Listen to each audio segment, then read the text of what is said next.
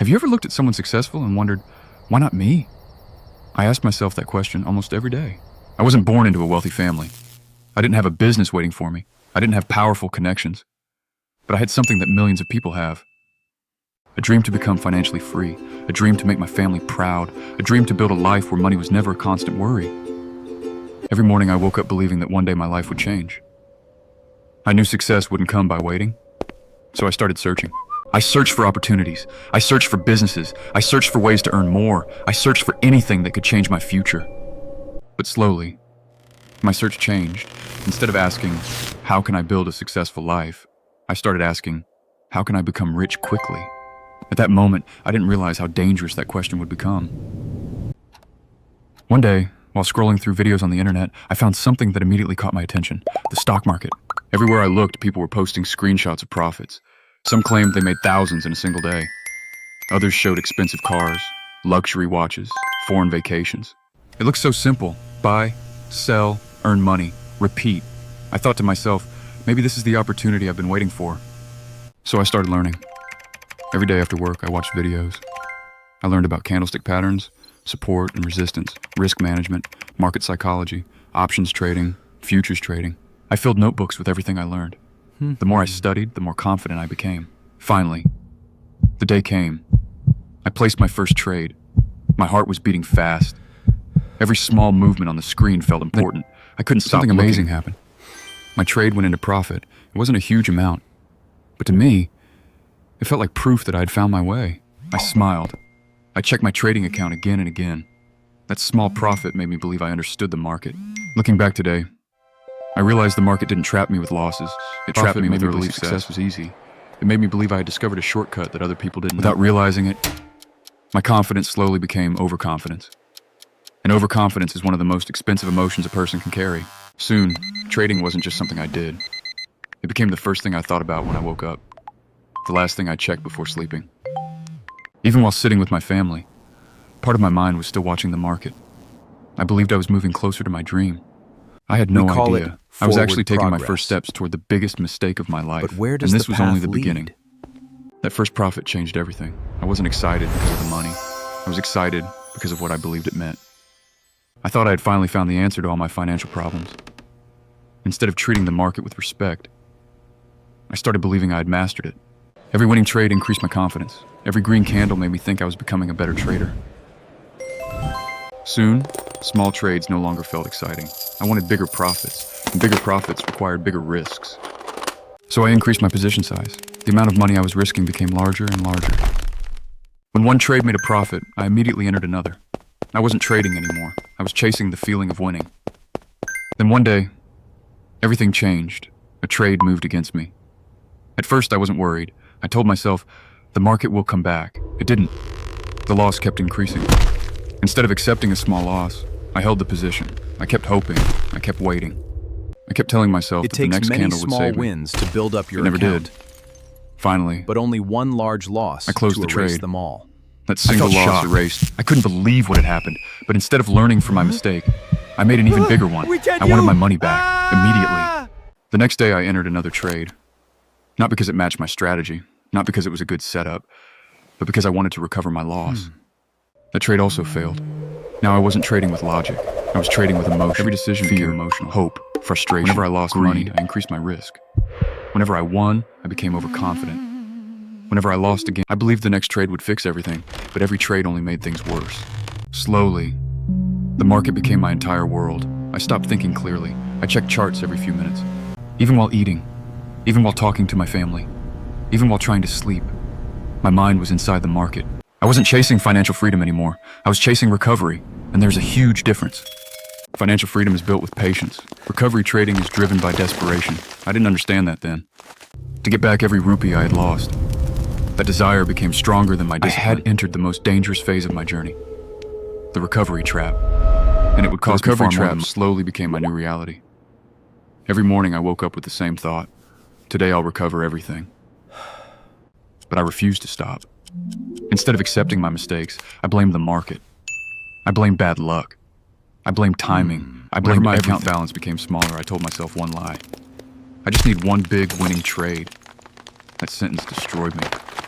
One trade became two. 2 became 5. 5 became 10. The losses kept growing.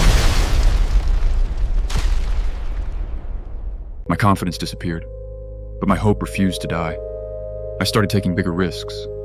Trades that I would never have taken before suddenly looked like opportunities. Deep inside, I knew I was breaking every rule I had learned, but emotions had become stronger than discipline. Soon, my own money wasn't enough. No, I started not borrowing a loan. money. I convinced myself it wasn't an a loan. investment. I called it an investment.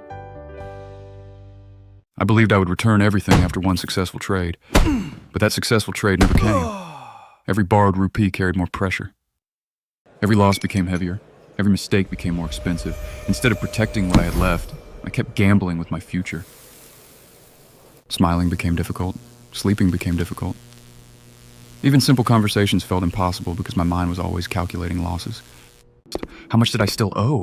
How could I recover? Those questions followed me everywhere. The market wasn't controlling my money anymore. It was controlling my emotions. Then came the day I feared the most. I opened my trading account and realized there was almost nothing left. I thought I had more. Months of effort, months of stress, months of hope. I sat there in complete silence. I didn't cry, I didn't shout, I simply stared at the screen. Sometimes the loudest pain is complete silence. That day I finally understood something. I wasn't fighting the market. I was fighting myself, my greed, my ego, my impatience, my desire to become rich quickly. The market simply exposed those weaknesses. It wasn't the market that destroyed my life. It was my own decisions. That truth was painful to accept, but it was the first honest step toward changing my life. Financial loss wasn't the biggest loss. The people who trusted me started losing their trust. Relationships became strained. The weight of my decisions affected far more than just my bank account. Instead, I was left with debt, regret, and a life I no longer recognized. I reached the lowest point I had ever experienced, and for the first time, I asked myself a different question. That single question would eventually change everything. To be continued. I had lost more than money. I had lost my confidence. I had lost my peace. I had lost the trust of people who believed in me. Every morning I looked at myself and wondered, how did I end up here? The answer wasn't easy to accept. It wasn't because the stock market was evil. It wasn't because someone cheated me. It wasn't because of bad luck. It was because I kept believing that I could become rich without changing who I was. I wanted extraordinary results while making ordinary mistakes. How can I recover my money? Instead I asked, how can I rebuild myself? That was the turning point. Break I realized free that from if I the didn't change endless my loop thinking, and discover a better way to live. Again and again. It is all about finding your perfect I stopped balance. searching for quick Start money. your journey today. I stopped believing that one lucky opportunity would change my life. Instead, I started believing in something much harder. Building, learning, growing, one small step at a time. I understood that real wealth is not built in a single trade. It is built through discipline, patience, skills, consistency.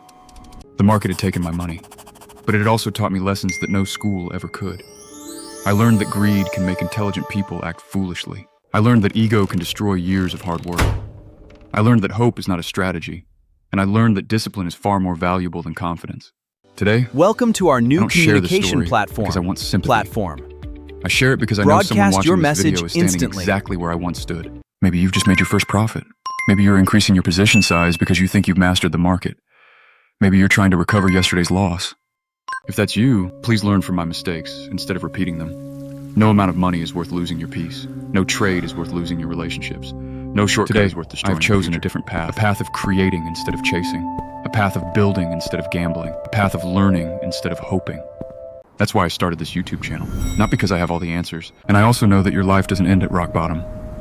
Sometimes, rock bottom becomes the strongest foundation on which you rebuild your life. If my story can stop even one person from making the same mistakes, then every painful lesson I went through will have a purpose. This is not the end of my journey.